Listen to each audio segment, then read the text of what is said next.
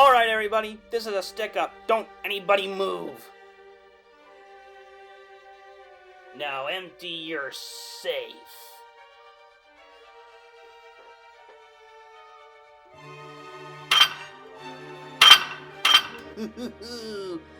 Money, money, money.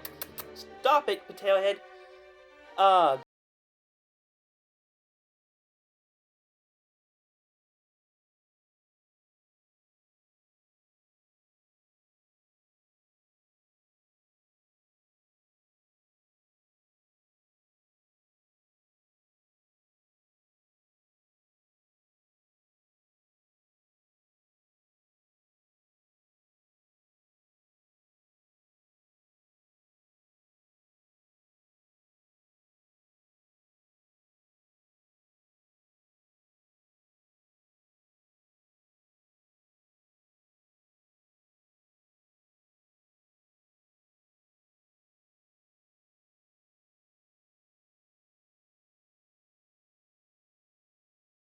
Who eats force field dogs?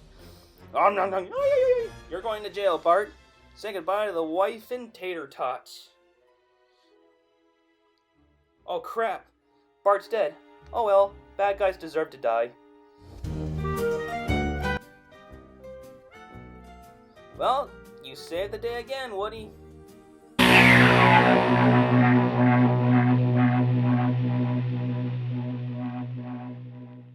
Hey guys, welcome back to Spiderbyte64, and if this episode is released on May 2nd of 2019, that is my birthday today. Yep. And when it's my birthday, I like to do a special birthday episode. And last year I talked about that I would not do a Toy Story review because copyright issues with all that. That's the number one issue.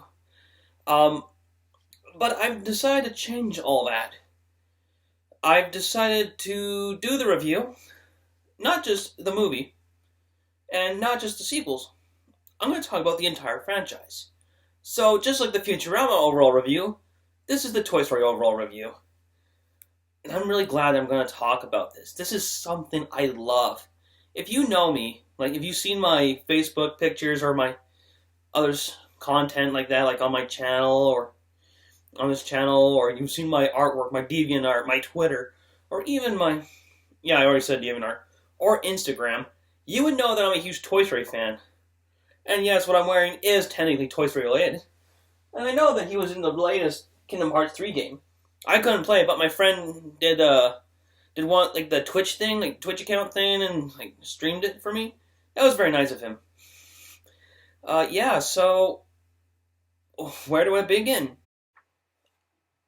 As you know, throughout the entire series of Spiderbyte64, I talked about about my cool toys and that I actually own the movies on VHS and DVD, and even a couple of the video and a few of the video games as well.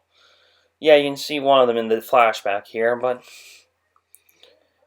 yeah, Toy Story is one of the best franchises that I can think of. It is on one of my big list of favorite movies of all time. I would like to say I'm very sorry, but I have some screaming kids in my in the house. I live with my landlord, but don't worry, I'll be moving out soon, so I don't have to worry about that. But in the meantime, let's get on with the review. Oh yeah, I forgot good. So, before we start, I forgot one thing. I don't really need my hat. My birthday tie, I forgot about it. Ow, my nose. So, let's talk about the Toy Story franchise. Pixar was just a young company back then in 1986 when they created Adventures of Wally B and the Bee, Luke Solamp, which is their mascot to this day, and of course, the one that kinda did start it all, Tin Toy. Now, Tin Toy was sort of the huge inspiration that helped gave the idea for Toy Story. Toy Story was originally indicated that this would be about Tinny going on a family trip. However, being accidentally left behind, he gets thrown into a dumpster where he meets a ventriloquist dummy who would later join him by his side, and they would find themselves at the end at a daycare where they would never worry about being not loved anymore. This would be the basis of. However, some of the parts from that was kept and changed.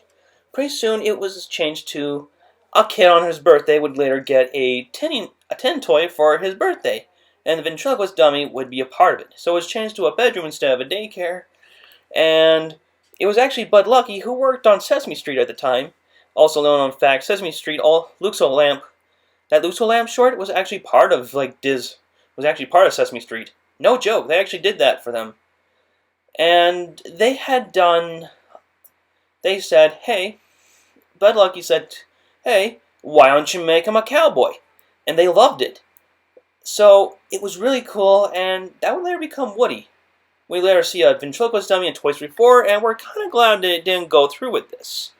However, Tin Toy had to get changed.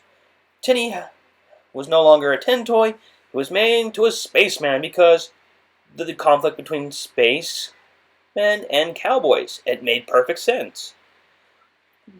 They started off with a character named Lunar Larry, then Tempest from Morph, and then finally to Buzz Lightyear, named after second astronaut Buzz Aldrin, the second man on the moon, and Lightyear because of, well, space terminology. Little known fact, Buzz's colors is lime green and purple. That's actually an Easter egg because John Lasseter's favorite color is lime green, and his wife Nancy's favorite color is purple. So, wow, that's awesome. But the true story of how Toy Story came to be was when it was around in the 90s when they decided to do a challenge, sort of like an idea, to make the first animated movie from computer work. Because of CGI on computers was new at the time, and they thought, hey, what would it look like if we animated a movie entirely out of CGI? People would go, you're nuts! And they go through some writing and drafts and all that. A lot of all the work going into it. People were so shocked that, well, this isn't going to work. I think it's going to fail. And it's a kids movie, so it's going to double fail. And Disney wasn't doing well at that time. You see, but there was a man who was also kind of wanted to be a part of it. Jeffrey Katzenberg. This guy was a dink. A real a-hole.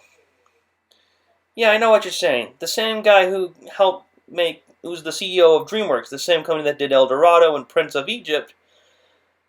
But he is an awful, awful, awful man. Think of Mr. Burns. That bad. He was that bad of a guy. Katzenberg wanted it to go different, but he quit Disney because he was in a major fit. So he decided to do create DreamWorks, and stole the Bugs Life idea. But that's another controversy thing we want to talk about. The point is, Toy Story was one of the biggest movie risks of all time. Like I said, people thought this was going to fail. But if you can just see through this hard work for this clip, you can see how much effort was put into it. It could have been one of those cheap movies that you see at Walmart that's like $2 or, well, reason for the bargain bin. But give it credit where credit's due. It does try, and it succeeds. It's done perfectly well. And when the movie was released in November 22nd of 1995, the movie was a big success, reaching 100% on Rotten Tomatoes. It was that good. Buzz, look, an alien! Where?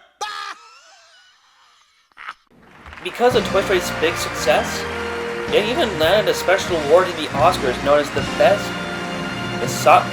one of the biggest achievements in the Oscar history. How do you like that?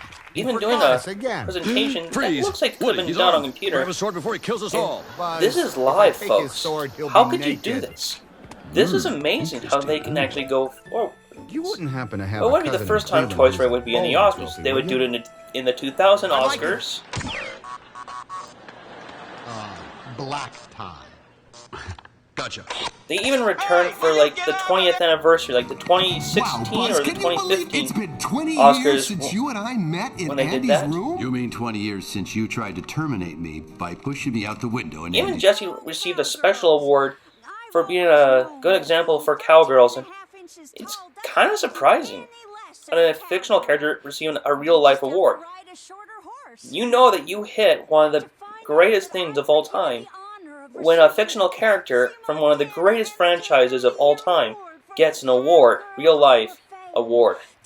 Right now we'll be going into break, because, Mr.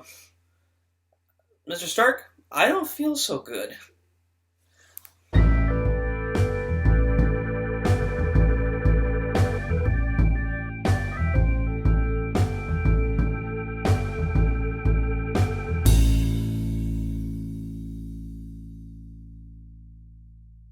Hey everyone, I'm here for our Easter family dinner. I'd like to, for this birthday episode, we've been proudly sponsored by Al's Toy Barn. Okay, no, not really. But remember my previous birthday special where we had the Lotso ad? Well, they really enjoyed it, so, well, we're sponsored by Lotso Hugging Bear. Please, fun, smells like strawberries, and I don't think he'll turn bad. Well, let's hope he does not turn bad. So, today's episode is brought to you by Lotso Hugging Bear. You know him. He's a hugger. ハグハグベアちゃん、お友達にしてあげてね。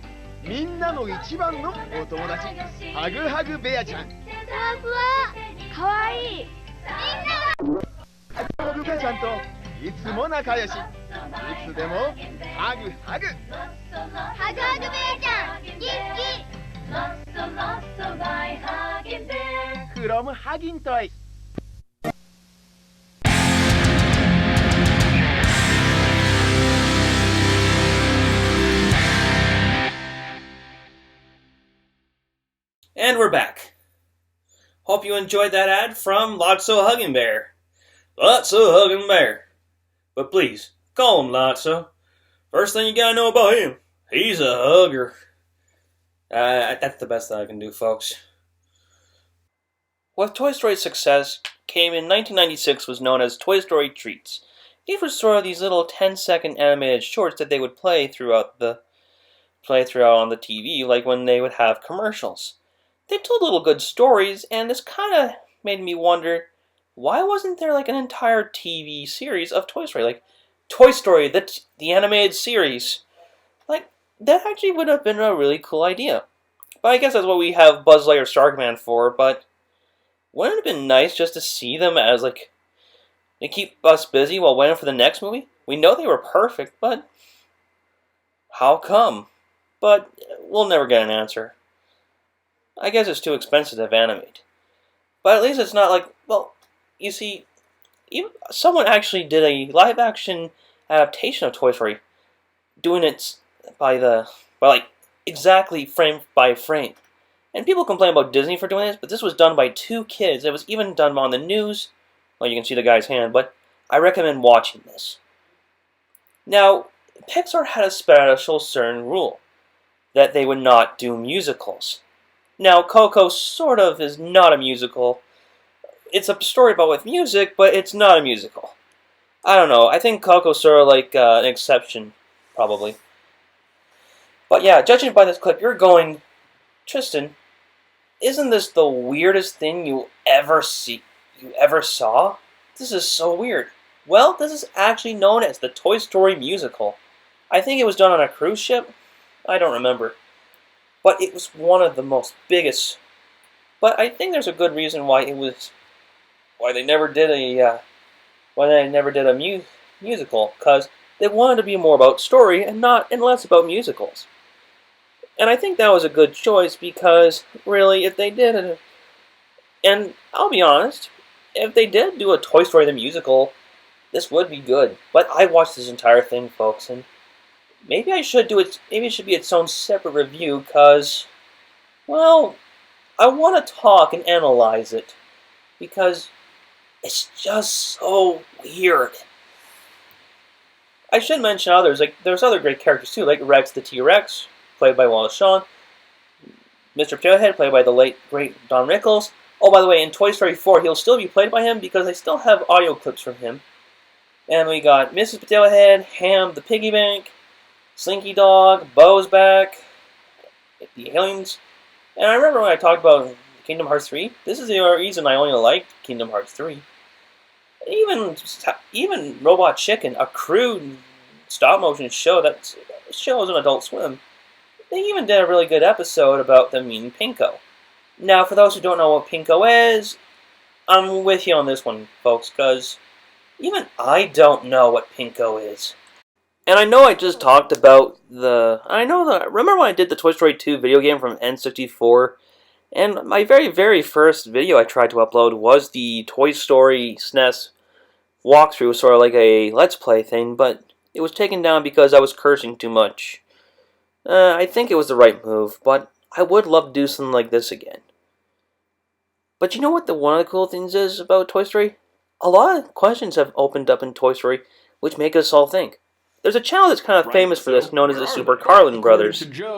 I'm probably going to get demonetized because I'm showing their footage. I don't know, maybe they're so nice they'll do a crossover with me. But this one's about the true story about Andy's dad, but they had to have the next episode, well, explain that, well, there's a bit of a controversy with that. Questions we had with Toy Story. Today's video is going to build off of last week's video, so first we need to address the elephant in the room. He's actually a rhino, not an elephant, and I don't know how he snuck in here. Ah, Reginald. But 48 hours after last week's video went live, it was noticed by somebody at Pixar, like the director of Finding Nemo and WALL-E, Andrew Stanton, one of the original Pixar Brain Trust members.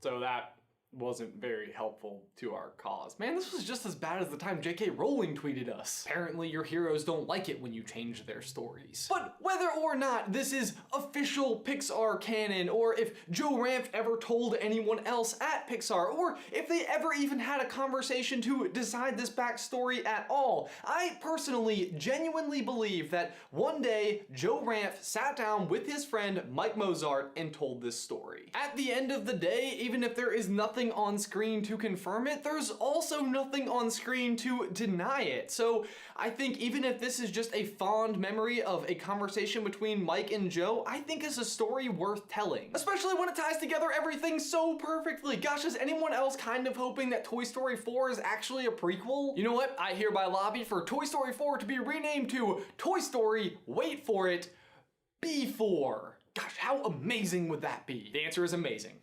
Times infinity. And beyond. It's amazing.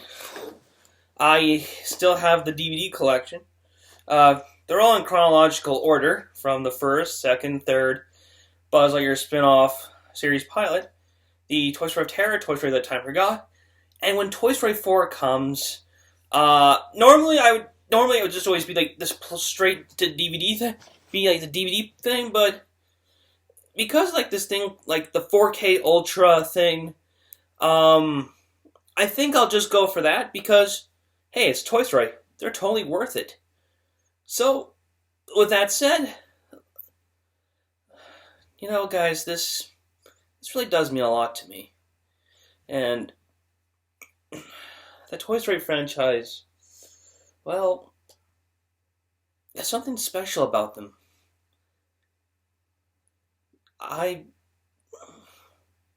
Yeah, I know I'm getting emotional, but it's true. You know, no matter where I go, I always have my nice computer, iPad, and phone and wallet, and iPod and watch, and Blu-ray and TV. That's fine, I love those. But I can never live without my Woody and Buzz. These two have always been a part of my life. I don't know what I could do without them. They have been part of my life, and, you know, when I have a family of my own, I want to share that same love with my kids, and we'll get to have some fun times. So, folks, there's something special I want you all to do. Look around you, see what's there. If you have a favorite movie or franchise that you love, present it on YouTube. Talk about it. Talk about your old-time favorite series and what it means to you. That's what I do. They're the reason why I kind of do this. My love for Toy Story? I know that sounds like... And there will be a review of Toy Story 4. It's not going to be a spoiler review. I'll try to be very careful on that. But, to me, Toy Story is the greatest thing in the world. I don't know where my life would be without it, to be honest. Sure, I know that I still love the MCU and all that, but... MCU and other Disney films, but I don't know what I would do without Toy Story. If I had never discovered that Toy Story existed, what kind of person would I be? I wouldn't be the fun character, someone who liked cowboys and space. This wouldn't get me interest. I wouldn't even like science because Buzz was a spaceman. I got really interested in space and made me focus into science. Just like when Atlantis made me interested in history. I loved history because of that movie. But I love science and space because of Buzz Lightyear. That's how good it is. And Woody made me want to learn about the Wild West. I love the Wild West. And Woody's Roundup, that should have been an actual series. It's perfect. You don't know how much it means to me. And I learn a lot of toy history just because from Toy Story. It's amazing what can be made, what we can do, and be grateful for all that we have. So, I have a special challenge for everyone. Even if you're a huge Toy Story fan or not, what's your favorite Toy Story thing that you have? Or do you wish you have?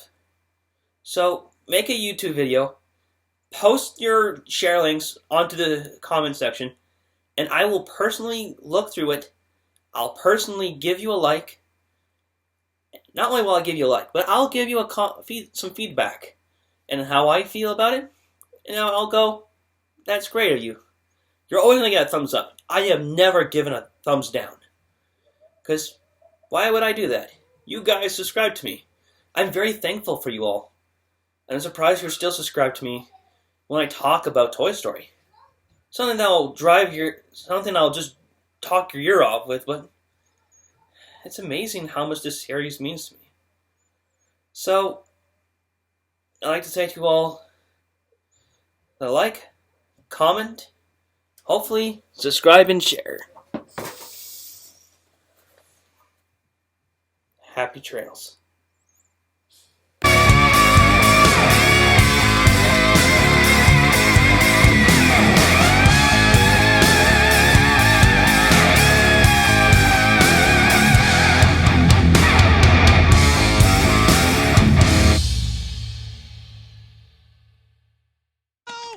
Oh, you almost had it.